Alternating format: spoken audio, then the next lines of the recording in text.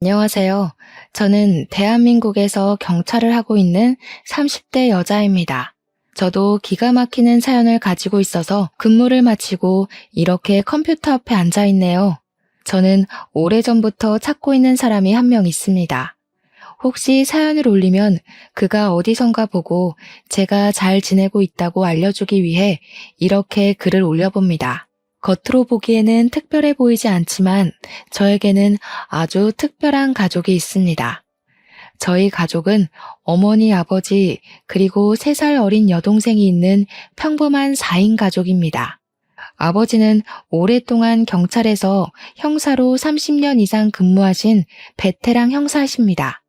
저는 그런 아버지가 언제나 자랑스러웠고 자연스럽게 아버지처럼 경찰을 꿈꿔왔습니다. 그래서 학교의 장래 희망을 경찰이라고 적으면 아버지는 절대 안 된다며 반대를 하시곤 했어요. 딸이 경찰처럼 어렵고 험한 일을 하는 건 못 본다며 엄청 반대하시면서 다른 일을 찾으라고 하셨습니다. 하지만 저는 커가면서 아버지에게 진지하게 경찰을 하고 싶다고 말을 해왔죠. 아빠처럼 멋지고 강한 경찰이 되고 싶은데 왜 반대하느냐고 물어보면 아버지는 좋아하시면서도 제가 할 일이 못 된다고 하셨어요. 그때는 그 말이 얼마나 서운하던지 아버지와 저의 사이에 잠깐 골까지 깊어지게 되었습니다. 저는 대학을 진학하게 되면서 당연히 경찰대학에 원서를 넣었고 아버지는 또 저에게 경찰은 안 된다며 화를 내시는 겁니다. 왜 이렇게 반대를 하는 거야? 아빠는 딸이 경찰이 꿈이라는데 좋아해야 하는 거 아니야? 나도 경찰이 고생하고 힘들다는 거 알아. 아빠 보면 항상 안쓰러웠으니까. 나도 알면서 그 길을 걸어가고 싶은 거야. 왜 시켜보지도 않고 반대를 하는 건데? 유리야, 아빠도 그냥 반대하는 거 아니야. 고생만 하는 게 아니라 가끔은 목숨도 위험해서 그러는 거야. 왜 많은 직업 중에 경찰을 하겠다는 거야? 다른 집 딸들처럼 제빵사나 피아니스트라든지 그런 꿈은 없어? 아빠가 언제든 지원해 줄게. 없다고. 그럼 제빵사나 피아니스트 하고 싶어 하는 딸의 아빠나 하지. 왜 내 아빠가 된 거야? 난 경찰대 꼭 들어갈 거야. 저는 아버지에게 꽥 소리를 질렀습니다. 그리고 문을 쾅 닫고 방 안으로 들어가 버렸습니다. 문 앞에서 아버지의 길고 깊은 한숨소리가 새어 들어왔지만 침대에 얼굴을 파묻고 한참을 울고 또 울었어요. 하지만 저는 아버지의 반대에도 경찰을 하겠다는 마음을 접을 수 없었습니다. 아버지를 이해하려고 경찰로서의 인생이 그렇게나 힘든 건가 하며 넘기려고 했지만 왜 이렇게까지 뜯어말리는지 이해가 되지 않았습니다. 그렇게 입학 통지서를 받고 아침 일찍 저는 집에서 커다란 가방에 짐을 싸들고 방에서 나오는데 아버지가 거실 소파에 앉아 계시더라고요. 저는 고개를 푹 숙이고 서 있는데 아버지가 다가오시며 제 가방을 드시는 겁니다. 가자. 우리 딸 아빠가 학교까지 데려다 줄게. 전원 기숙사 생활을 하니까 집에 한동안 들어오지도 못하잖아. 그렇게 말하며 현관을 나서는데 눈물이 왈칵 쏟아져 내려왔습니다. 자식 이기는 부모 없다고 아버지도 마찬가지였어요. 저는 달려가 현관을 나서는 아버지를 꽉 끌어안았습니다. 아빠 고마워. 그리고 정말 죄송해요. 그런데 저 정말 잘할 자신 있어요. 잘해낼 자신 있어요. 그러니까 나 한 번만 믿고 기다려주세요. 대한민국의 훌륭한 경찰이 될 거예요. 알지. 우리 딸이 잘해낼 거 잘 알지. 훌륭한 경찰보다 그냥 평범한 경찰이 되었으면 좋겠어. 훌륭한 것들은 다 일찍 죽으니까 넌 오래오래 일하는 평범한 경찰이 되라. 제가 끌어안은 아버지의 등이 잘게 떨리는 게 느껴졌어요. 그때 처음 아버지가 우는 걸 봤던 것 같아요. 한 번도 저와 동생 앞에서 우는 걸 본 적이 없는데 말이죠. 학교 앞에 도착한 아버지는 다시 눈물을 소매로 닦아내시는 겁니다. 저는 그때야 아버지가 눈물이 많은 사람이란 걸 알았어요. 오빠, 그만 울어. 어떻게 오는 내내 우는 거야? 내가 죽으러 가? 그냥 학교 가는 거니까 너무 걱정하지 말고 있어요. 꼭 최고의 경찰이 되어서 아빠의 후배가 될 테니까요. 이 녀석이 벌써 이렇게 커서 대학까지 가고 감격해서 그러지. 다치지 말고 학교 생활 열심히 하고 남자 녀석도 조심하고 누가 따라다니면 아빠가 형사라고 저리 가라고 해. 저는 아버지를 꽉 끌어안고 입학하는 다른 학생들과 함께 경찰대로 들어갔습니다. 살짝 돌아보니 저희 아버지는 아직도 저를 지켜보고 계시더라고요. 무엇이 그렇게 걱정되는지 한참을 보시더니 손을 흔드셨어요. 저도 손을 흔들며 새로운 세상으로 들어갔습니다.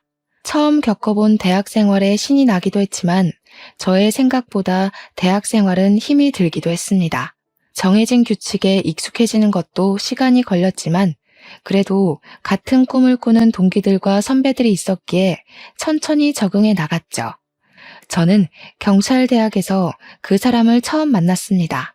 나와 동기로 들어왔던 그는 다른 사람보다 키가 커서 눈길을 끄는 사람이었어요. 언제나 구석에 서서 큰 키로 사람을 살짝 내려다보는 기분이 들었습니다. 우리는 그렇게 처음에는 아무 대화도 없이 몇 번인가 눈을 마주쳤어요. 그와 또 눈이 마주쳤는데 획 고개를 돌려버리더라고요. 얼마나 기분이 나쁘던지 처음 그와의 인연은 악연이라고 생각했었죠. 그렇게 수업을 마치고 기숙사로 돌아가는 길에 저는 실수로 캔을 재활용 쓰레기통 옆에 있는 일반 쓰레기통에 버리게 되었어요. 그렇게 지나가는데 누가 저를 뒤에서 잡아당기는 겁니다. 뒤를 돌아보니 그가 서 있었죠. 야, 너 쓰레기 잘못 버렸어. 저거 일반 쓰레기 아니잖아. 왜 저기에다가 버린 거야? 다시 주워서 재활용 쓰레기통에 버려. 저는 순간 어안이 벙벙해서 그를 멍하니 쳐다보았어요. 보통은 그런 거 실수라고 그냥 넘어가지 않나요? 이렇게 콕 집어서 일반 쓰레기통에 다시 버리라고 하지 않는데 어이가 없는 그의 말에 저는 화가 났습니다. 나보고 지금 쓰레기통을 뒤져서 다시 버리라는 거야? 이미 쓰레기통 안에 들어간 걸? 실수로 거기에 버린 거야. 그런데 그걸 다시 꺼내서 재활용에 다시 버리라는 건 너무한 거 아니야? 왜? 네가 잘못했으니까 네가 바로잡는 거잖아.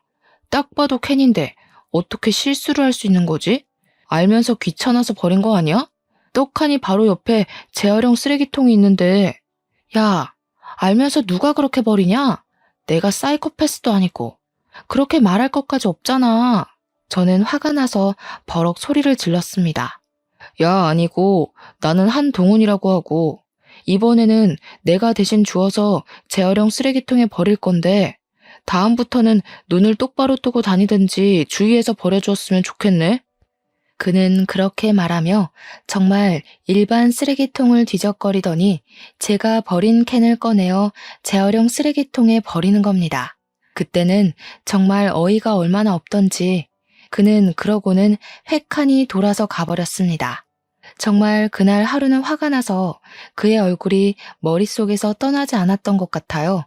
조그만 규칙도 철저하게 지키는 바른 청년으로 소문이 자자하더라고요. 법 없이도 살 사람이라고 말이죠. 저는 그렇게 그 사람과 서로 악감정을 키워갔습니다. 그 뒤로 그만 보면 속이 뒤집힐 것 같았어요. 기분이 나쁘고 심사가 뒤틀렸죠. 그리고 저도 모르게 눈길이 그에게 향하곤 하는 겁니다. 참 희한한 사람이라 생각될 정도로 각이 잡혀 사는 그 사람이 더 눈에 띄었죠. 우리는 그렇게 아무 말도 섞지 않고 지내다가 가까워지게 된 특별한 계기가 있었습니다. 저희 학교는 경찰대학이다 보니 산악 구보 훈련이 있었습니다. 하필 저는 보기만 해도 기분이 나쁜 그와 같은 조가 되어야 했습니다. 그날 쓰레기 사건으로 한 번도 그와 이야기를 나눈 적도 없고 지적도 받은 적 없었지만 저는 계속 그를 신경을 쓰고 있었죠. 한여름이어서 덥기도 하고 그날따라 생리통으로 몸 상태가 엉망인 겁니다. 생리통 약을 먹고 산을 올랐지만 그날따라 약도 효과가 없는지 자꾸 뒤처졌습니다. 저와 같은 조원들은 그런 제 모습을 보고 짜증을 내기 시작했죠. 그 모습을 보니 미안해져서 조원들에게 먼저 가라고 말을 꺼냈습니다. 계속 가면 다 같이 지치고 이러다가 걷는 페이스가 엉망이 될 것 같았거든요. 미안해. 너희들 먼저 가. 금방 뒤따라 갈게. 나 때문에 너희들까지 지치겠다. 낙오되지 않게 금방 따라갈게.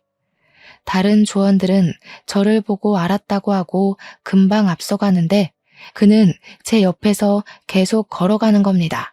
저는 그게 더 신경 쓰였어요. 그냥 차라리 앞서 나가면 신경이라도 덜 쓸 텐데 왜 남아서 같이 가는 것인지 제 눈은 길이 아니라 그를 따라 움직였습니다. 신경은 쓰이고 배는 아프고 그러다가 비탈길에 발까지 살짝 삐끗거렸습니다. 다행히 앞서갔던 그는 그 상황을 보지 못해서 다친 걸 모르고 잘 걸어갔습니다. 이런 걸 총체적 난국이라고 하던가요? 가끔 지금도 그날을 떠올리면 아찔해 오곤 해요. 그가 없었다면 아마 전 그날 분명 낙오를 했을 겁니다.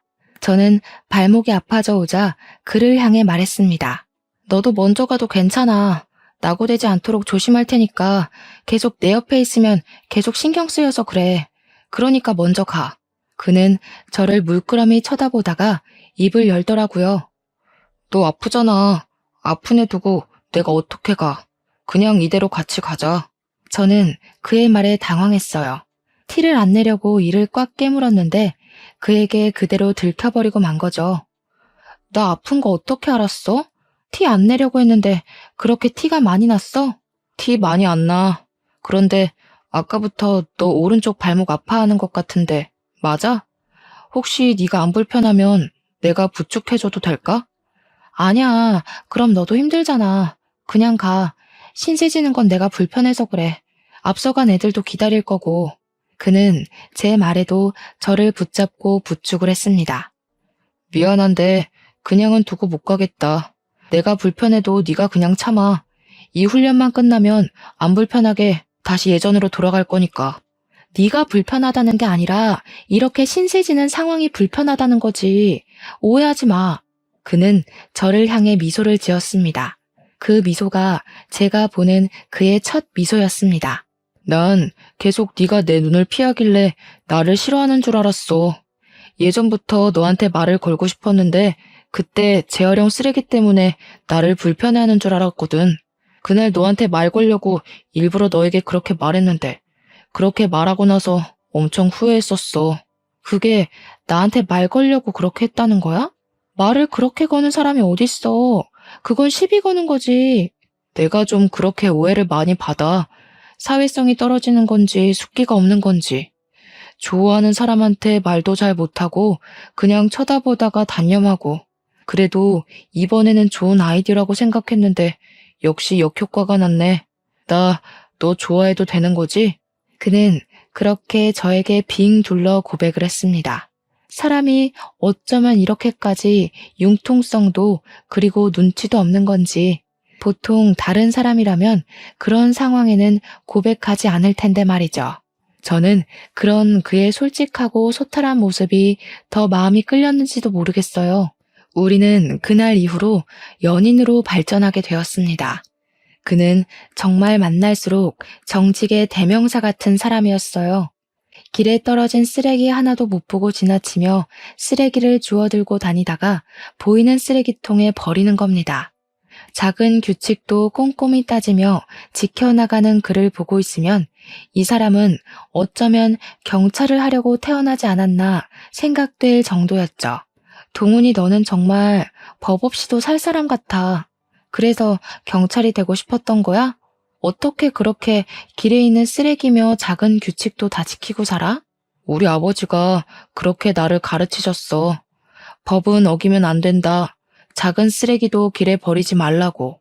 어려운 사람 있으면 먼저 도와줘야 한다고도 가르쳐 주셨거든. 어릴 때부터 이렇게 살았다 보니 몸에 배인 것 같아. 아버지가 훌륭하게 가르쳐서 그렇구나. 그런데 넌 너한테도 너무 엄격한 것 같아. 스스로 작은 실수를 해도 너무 자기 자신을 다그치잖아. 그렇게까지 하지 않아도 될 텐데. 삶에 조금 여유를 가지는 건 어때? 그는 스스로에게도 목표를 정하고 달성하지 못하면 못 견뎌 하기도 했습니다. 어쩌면 사람이 이렇게 바르고 올곧게만 사는 건지 가끔은 보면서 안타까울 정도였죠. 그런데 그는 자신의 아버지 이야기를 하면서 두 눈을 반짝였어요. 아버지의 이야기를 할 때면 행복해 보이기까지 했습니다. 아직 아버지를 따라가려면 멀었어. 난 정말 우리 아버지를 존경하거든. 어머니가 어릴 때 돌아가시고 나를 홀로 키우면서 작은 식당을 여셨는데 새벽에 일어나 장사 준비를 하시고 아침에 노숙자분들이 오시면 공짜로 밥도 주시기도 하고 그리고 매주 봉사도 다니시고 정말 열심히 사셔.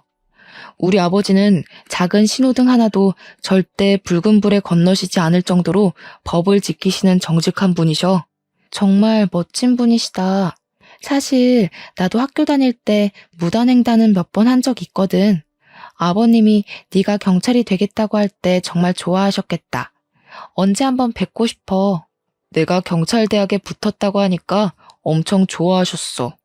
그날은 나를 끌어안고 하루 종일 우셨다니까. 언제 꼭 우리 아버지 만나러 가자. 널 보면 참 좋아하실 거야. 그의 말로는 10살의 어머니가 돌아가시고 그때부터 아버지와 둘이 함께 살았다고 합니다. 아버지는 그가 어머니의 빈틈을 느끼지 못하게 하려고 노력을 많이 하신 것 같았어요. 체육대회며 작은 학교 행사에도 빠짐없이 오시고 또 주말마다 같이 봉사를 다닐 정도로 남을 돕는 분이시라고 했습니다. 저는 그를 이렇게 바르게 키워낸 그분을 꼭 뵙고 싶었습니다. 분명히 엄청 따뜻하고 포근한 분일 거라고 생각을 했습니다. 그와 함께하면 저는 언제나 따뜻하고 포근했거든요. 하지만 저희의 행복했던 연애는 한 사건을 기점으로 막을 내리게 되었습니다. 길기만 했던 것 같은 경찰대학 생활이 거의 끝나가고 있었습니다. 저희는 임명식만 남겨두고 외박을 할 기회를 얻게 되었죠. 저는 그와 함께 저희 집으로 인사를 먼저 가게 되었습니다. 분명 아버지에게 인사도 없이 그의 집에 가면 질투심 많은 우리 아버지가 삐질 것 같았거든요. 저의 남자친구를 보면 분명 놀랄 거라는 제 예상에 딱 들어맞게 아버지는 그를 보고 얼굴을 잔뜩 찡그리고 결국은 눈물을 흘리는 겁니다. 저와 그는 거실에 멀뚱멀뚱하게 앉아 베란다에서 엉엉 울고 있는 아버지와 달래는 엄마의 이야기를 들어야 했습니다. 왜 울고 그래? 유리가 남자친구 데려왔으면 잘 컸다고 좋아해야 하는 거 아니야? 남사스럽게 울긴 왜 울어? 그만 울어. 남자를 데려온 게 무슨 뜻인지 당신은 몰라서 그래?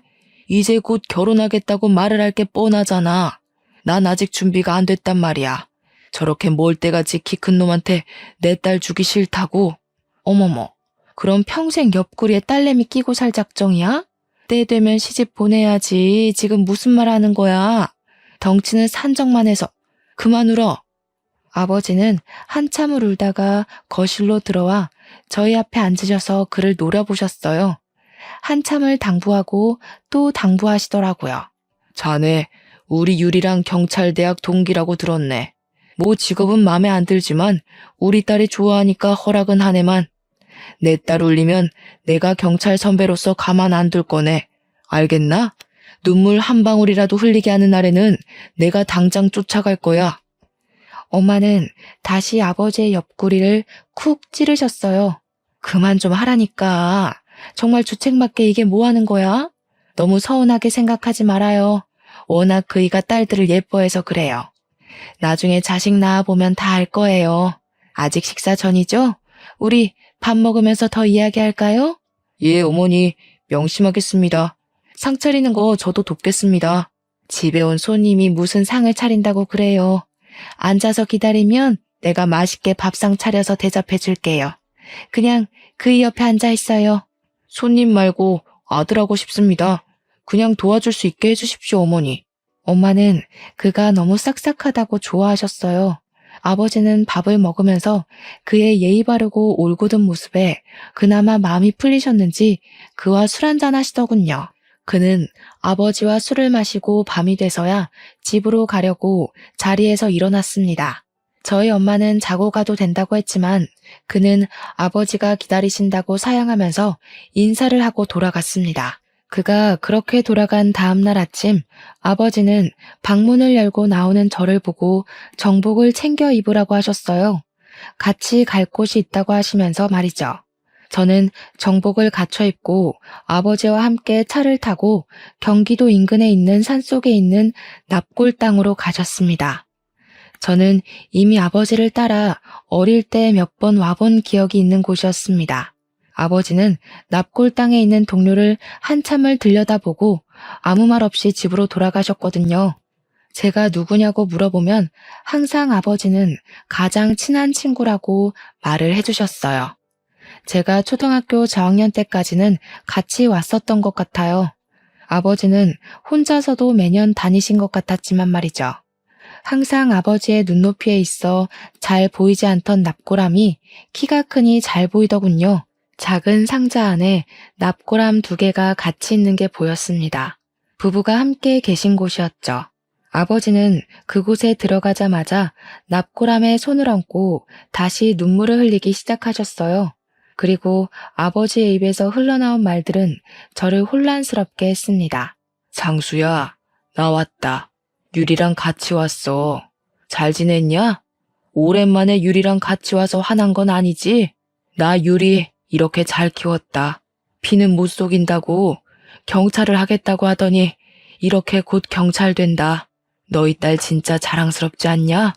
저는 아버지의 말에 두 눈을 커다랗게 떴습니다. 아빠, 그게 무슨 말이야? 누구 딸이라고 하는 거야? 내가 아빠 딸이 아니라는 말이야? 아버지는 제 손을 잡고 다시 눈물을 흘리셨어요. 미안해, 유리야. 아빠가 미리 말을 못했어. 사실 말하고 싶지 않았어. 계속 아빠 딸로 키우고 싶었는데 그건 아빠 욕심인 것 같아서 이제라도 말해줄게. 여기 있는 2사람이 너의 친부모님이야. 내 친구였고 동료였던 김창수. 그리고 옆에 있는 사람이 너의 친엄마다. 저는 순간 할 말을 잃고 말았어요. 저는 꿈에서라도 한 번도 제가 친딸이 아닐 거라고 생각해 본 적이 없었거든요.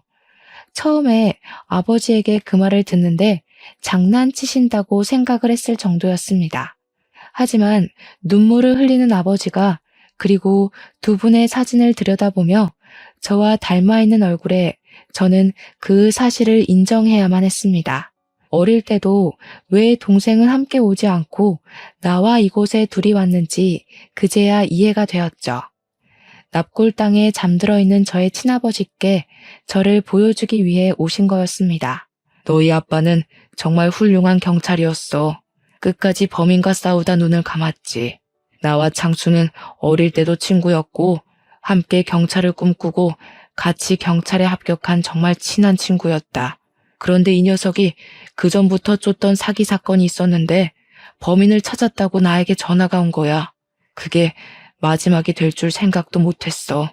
그놈의 흉기에 맞아 사망하고 말았어. 이제 너에게는 말해주어야 할 것 같아서 이제야 말해서 미안하다. 그럼 엄마는 왜 돌아가신 거예요? 아버지는 그렇게 돌아가셨다고 해도 엄마는 왜 돌아가셨어요? 그때 너희 엄마는 너를 뱃속에 가지고 있었어. 막달에 접어들었었는데 임신 중독증 증세가 있다고 너희 아빠가 걱정을 참 많이 했었다. 너희 아빠가 범인에게 그렇게 되었다고 듣고서 충격으로 쓰러지면서 저혈성 쇼크가 왔어. 너는 응급으로 제왕절개를 하고 살렸는데 너희 엄마는 살리지 못했다. 너희 친가는 너희 아빠가 고등학교 때 부모님이 돌아가셨었고 너희 외가도 할머니 혼자라 너를 키울 형편이 되지 않았어. 그때 우리가 결혼한 지 얼마 되지 않을 때였는데 아내가 너를 키우겠다고 먼저 나서더구나. 저는 눈물을 쏟아버렸습니다. 그런 사연이 있을 거라고는 생각을 못했으니까요. 출생의 비밀이라느니 그런 일은 주인공들에게나 있을 거라고 생각했는데 말이죠. 한참을 울고 나서 저는 모든 것을 받아들였습니다. 부모님이 친부모님이 아니라는 사실보다 2분이 끔찍하게 돌아가셨다는 거에 저는 마음이 더 아파졌어요. 편안하게 눈을 감으신 게 아니었으니까요. 그리고 흔쾌히 저를 맡아서 키워주신 부모님께 너무 감사했습니다. 단 한 번도 동생과 차별 없이 저를 키워주시고 사랑해 주셨으니까요. 그런 비밀을 알고 나니 정말 부모님의 고생이 더 눈으로 보였습니다. 아빠, 말해주셔서 정말 감사합니다. 그리고 키워주셔서 정말 고맙습니다. 아버지는 제 어깨를 다독이셨어요. 너희 엄마도 경찰이셨어. 아유, 혹시라도 네가 다칠까봐 그렇게 경찰이 되는 걸 막았는데 이렇게 경찰이 된 것 보니 참 역시 피는 못 속이나 보다. 그리고 미안하다. 아직도 너희 부모님을 죽인 그 사기꾼 놈을 잡지 못했어. 아직도 찾고는 있는데 어디로 숨어버렸는지 찾지 못하겠다. 피를 못 속인다니 나는 아빠 보고 경찰이 되고 싶었는걸요. 경찰인 아빠가 너무 멋졌으니까요. 저는 아버지의 손을 꽉 잡고 집으로 돌아왔습니다. 그런데 집으로 들어와서 엄마를 보고 다시 눈물이 왈칵 밀려오려는 겁니다. 다시 엄마를 끌어안고 다시 엉엉 울어버렸습니다. 엄마는 다시 아기로 돌아간 거 아니냐고 하면서 저를 꽉 끌어안아 주셨어요. 잘 커주어서 고맙다고 하시는데 그 말이 너무 감사했습니다. 저는 그 전보다 두 분을 더욱 사랑하고 존경하게 되었습니다. 그런데 막상 진실을 알고 나니 해결하고 싶은 문제가 생긴 겁니다. 친아버지를 죽이고 제 친엄마까지 죽게 했던 그놈을 잡고 싶어졌죠. 제가 경찰이 된 목적이 그것이 아니었지만 이제 곧 경찰이 된다는 의욕이 넘쳐서 그랬는지 저는 아버지에게 그 범인에 관해 물어보았습니다. 이대로 아무것도 알지 못한 채로 경찰이 되고 싶지 않았거든요. 아빠, 혹시 친아빠를 죽게 만든 그 범인 나도 알 수 있을까요? 이대로 가만히 있을 수는 없을 것 같아. 나도 이제 곧 경찰이 되니까 수사에 도움이 될 수도 있잖아요. 제 말에 마땅치 않았던 아버지는 저를 보고 한참을 아무 말을 하지 않고 쳐다보셨어요. 아빠, 저도 이제 곧 있으면 진짜 경찰이 되잖아요. 그런데 제 친아빠의 범인도 알지 못하면서 어떻게 경찰로서 일하겠어요? 정말 조심하고 알아내면 꼭 아빠에게 먼저 알려드릴게요. 저도 돕게 해주세요. 아버지는 긴 숨을 내쉬더니 방에 가셔서 항상 가지고 다니시는 지갑을 가지고 나오셨습니다. 그리고 그 안에서 낡고 오래된 수배지 한 장을 꺼내어 저에게 건네셨습니다. 저는 수배지를 손에 들고 제 부모님을 죽인 원수의 얼굴을 처음 마주하게 되었어요. 뾰족한 얼굴에 긴 장발을 하고 얼굴은 그렇게 험악하게 생기지 않은 남자였습니다. 사기전과 오범으로 자신이 대기업 사장이라고 하면서 투자자를 모집하고 수천만 원을 갈취했는데 그 안에는 전 재산을 투자하고 안타깝게 목숨을 끊은 사람이 몇 분 있었나 봐요. 그래서 저희 친아버지가 길을 쓰고 찾으려고 했다고 합니다. 거의 꼬리를 물었는데 그 사람이 아버지의 복부를 찌르고 도망을 갔다고 해요. 저는 수배지를 챙겨 들었습니다. 유리야, 다시 한번 너에게 말한다만 나는 사실 네가 이 일에는 끼어들지 않았으면 한다. 어쩔 수 없이 너에게 이렇게 그놈의 수배지를 주었지만 그래도 아빠는 우리 딸 안전이 먼저니까. 네, 꼭 약속 드릴게요. 무리하지 않을 거니까 너무 걱정하지 마세요. 저는 아버지께 그렇게 말은 드렸지만 속에서 끓어오르는 분노는 어쩔 수가 없었습니다. 그놈의 수배지를 들고 저는 다시 학교로 돌아오게 되었습니다. 학교에서 만난 그에게 저의 고민을 그리고 저희 집의 사정을 말하게 되었습니다. 그에게 말하면 조금은 답답하고 끓어오르는 속을 가라앉힐 수 있을 것 같다고 생각했거든요. 나의 친부모님이 따로 계시다는 것과 어떻게 돌아가시게 되었는지 다 말을 했습니다. 생각지도 못했어. 너희 집에 갔을 때 그런 느낌을 하나도 못 받았거든. 정말 너를 친딸처럼 아껴주셨구나. 정말 훌륭한 분들이다. 그렇지. 나도 어제 처음 알았어. 한 번도 나에게 출생의 비밀이 있을 거로 생각해보지 않았거든. 어릴 때 동생이랑 성격이랑 외모가 안 닮아서 싸울 때마다 엄마한테 동생 어디서 주워왔냐고 말은 몇 번 했었는데. 그럼 친부모님을 죽인 그 범인은 못 잡은 거야? 아직까지 못 잡은 거 보면 정말 꼭꼭 숨어 있나 보네. 경찰이 되면 그 수사부터 하겠구나. 당연히 그래야지. 원수는 꼭 갚아줘야지. 그렇게 마음 편하게 살게 할 수는 없지. 저는 그에게 그렇게 말하며 제 부모님을 죽인 그놈의 수배지 전단을 보여주었습니다. 그는 그것을 보면서 한참을 멍하게 쳐다보았습니다. 유리야, 이거 나 하나 복사해서 가도 될까? 나도 같이 찾는 거 도와줄게. 저는 수배지를 그에게 복사해서 건네주었습니다. 그는 그것을 받아들고 오늘은 머리가 아파서 돌아가야겠다고 했습니다. 그리고 그 모습이 제가 그를 본 마지막 모습이 되었습니다. 그에게 며칠 동안 연락을 해도 모습이 보이지 않는 겁니다. 그와 같이 방을 쓰는 동기에게 물어보아도 자기도 모르겠다고 일어나 보니 방에 없었다고 하는 겁니다. 저는 그의 우직하고 무엇을 하든지 최선을 다하는 그를 알기에 그 혼자 그 사람을 찾는 건 아닌지 걱정했지만 그가 어디 있는지 찾지 못했습니다. 그가 있을 만한 교내의 모든 곳을 찾아봐도 모습이 보이지 않았죠. 며칠을 그렇게 흐르니 걱정이 되었습니다. 수십 번을 전화를 걸어도 핸드폰은 꺼져 있고 동기 말로는 방에 들어오지 않았다고 하는데 속이 타들어갔습니다. 그때 아버지께 전화가 왔습니다. 유리야, 그놈 잡았다. 너희 부모를 죽인 그놈 말이야. 그놈을 알고 있다고 익명의 제보 편지가 왔는데 정말 그놈이 이름도 바꾸고 태연하게 잘 먹고 잘 살고 있더라. 저는 학교에 저의 사정을 말씀드리고 바로 경찰서로 달려갔습니다. 아버지가 저를 보고 그가 있는 취조실로 데려다 주셨습니다. 유리창 너머 그는 고개를 푹 숙이고 책상에 머리를 박고 있었습니다. 저는 취조실 안으로 아버지와 함께 들어가 그를 대면하게 되었습니다.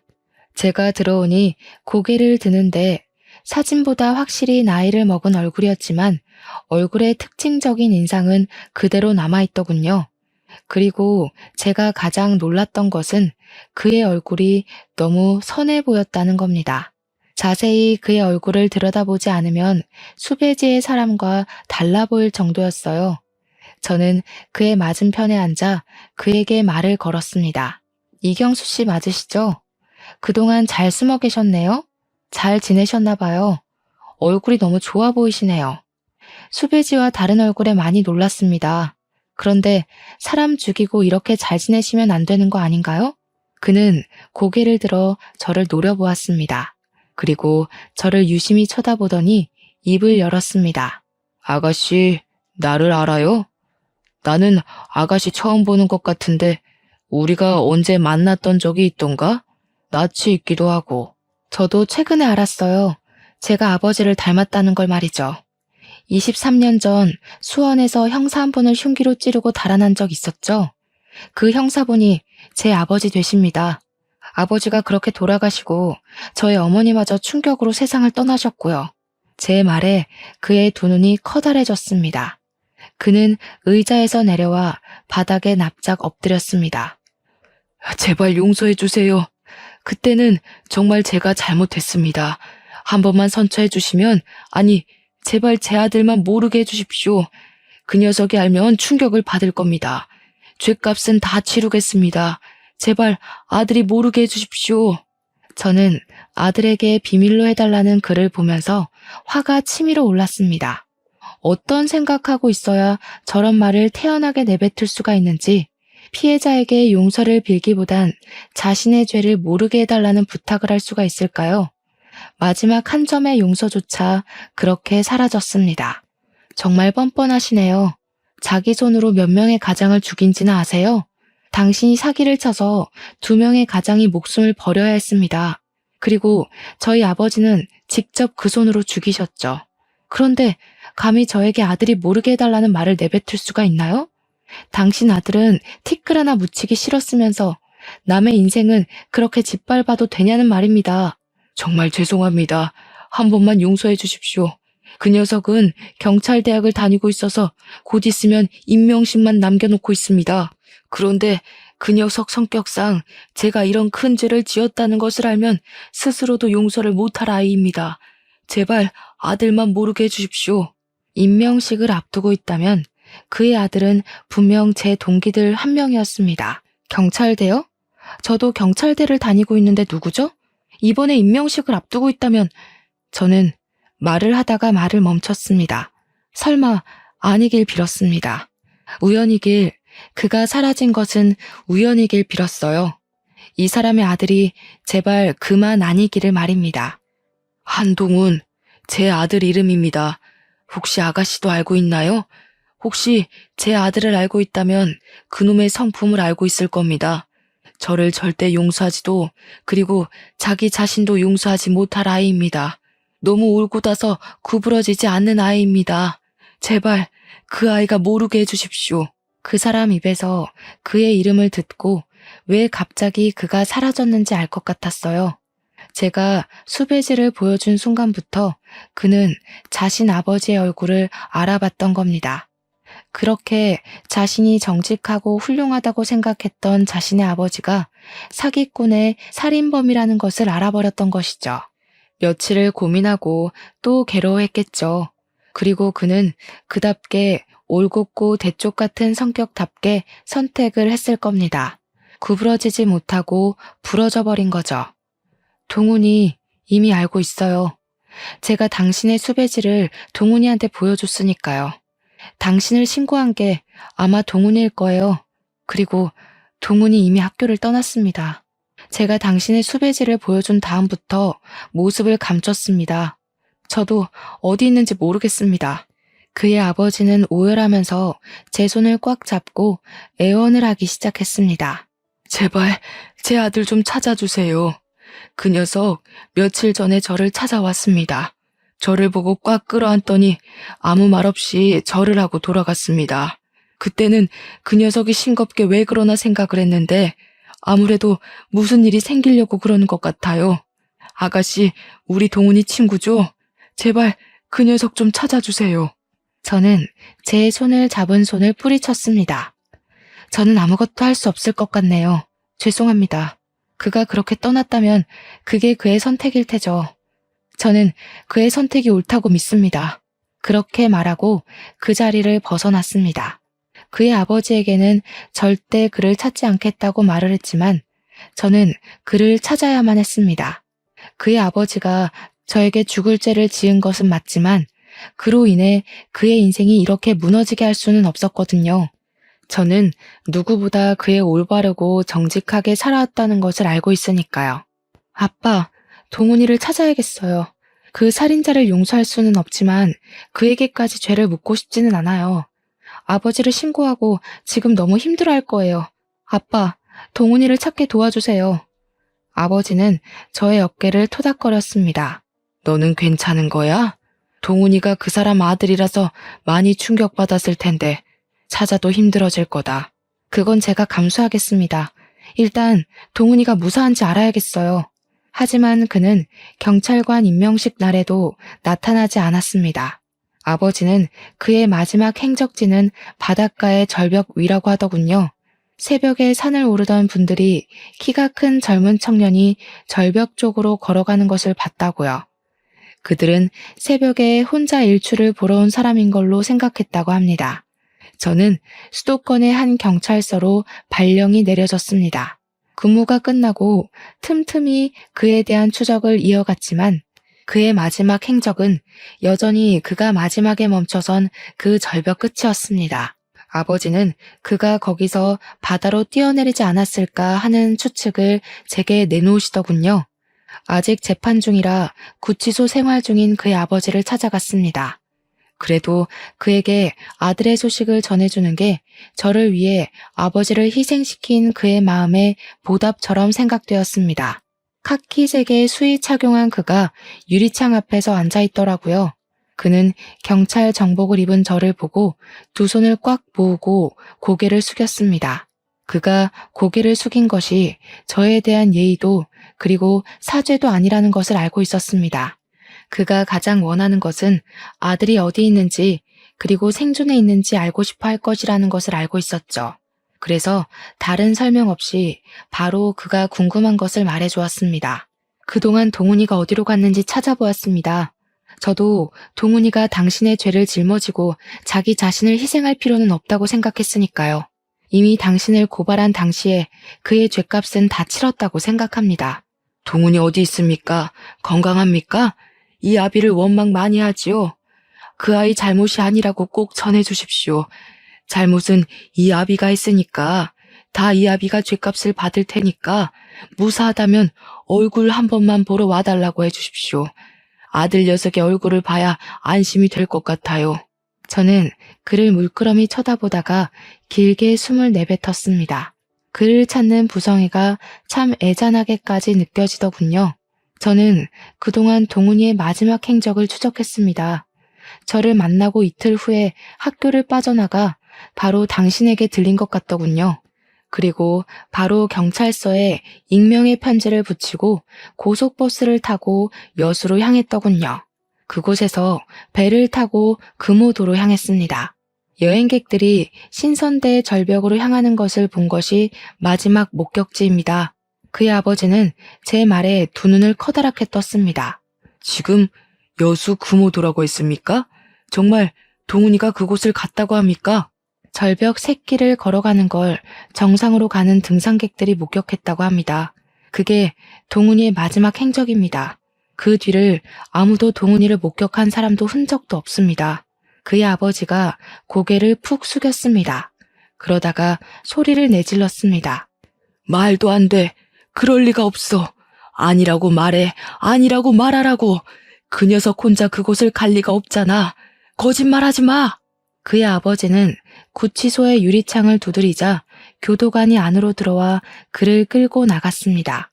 그가 나가자 저는 구치소를 빠져나왔습니다. 저도 그의 아버지와 같은 생각이었습니다. 그가 그런 선택을 하지 않기를 바라고 믿고 싶지 않았습니다. 그리고 그의 아버지는 제가 다녀간 일주일 뒤 구치소에서 스스로 목숨을 포기했다고 아버지가 알려주셨습니다. 그리고 저에게 편지 한 통을 건네주셨습니다. 그의 아버지가 저에게 남긴 편지였죠. 그동안 제게 한 번도 내뱉지 않았던 사죄의 내용이 그곳에 담겨 있었습니다. 아마 아들은 저를 절대 용서하지 못했을 겁니다. 그 아이는 어릴 때부터 엄마를 닮아 흐트러지고 바르지 못한 것을 못 견디는 그런 아이였습니다. 저는 그런 아내를 사랑하면서 나도 그렇게 바르게 살고 싶다고 생각했습니다. 이미 내 손은 더러워졌어도 그 사람과 함께 있으면 새로운 사람이 되는 것 같았습니다. 아가씨와 아버지의 어머니가 그렇게 된 것은 정말 죄송합니다.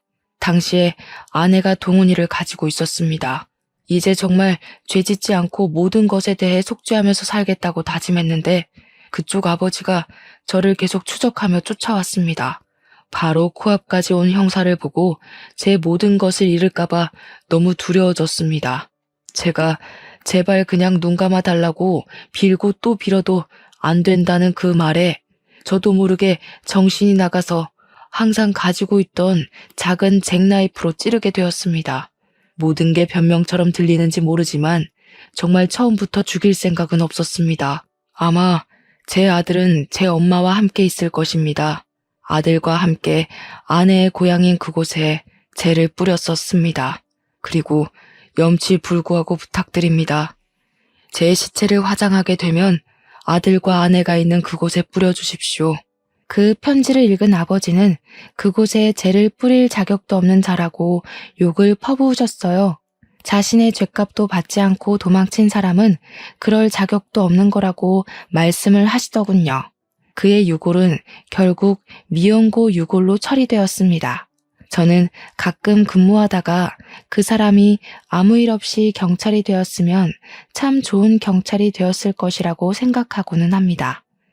그는 결국 아버지의 죄를 용서하지 못했기에 더 좋고 바른 경찰이 되었을 거라고요. 문득 그런 생각을 하다 보면 선과 악은 종이장처럼 맞닿아 있는 것처럼 사람 안에 존재하는 그것은 아닌가라고 생각하고는 합니다. 단지 우리는 선이 되려고 노력을 하면서 살아가는 거라고 말이죠. 저는 여전히 그를 찾고 있습니다. 아직 그의 행방을 모르니까요. 그의 시신도 그를 닮은 사람을 찾았다는 신고도 없었으니까요. 그가 어딘가 숨어서 자신을 용서하지 못하고 있지 않을까 생각하고는 합니다. 그를 다시 만난다면 나는 그를 용서했다고, 다 아버지의 죄 때문에 괴로워하지 않아도 된다고 말을 해주고 싶어요. 저의 사연은 여기까지입니다.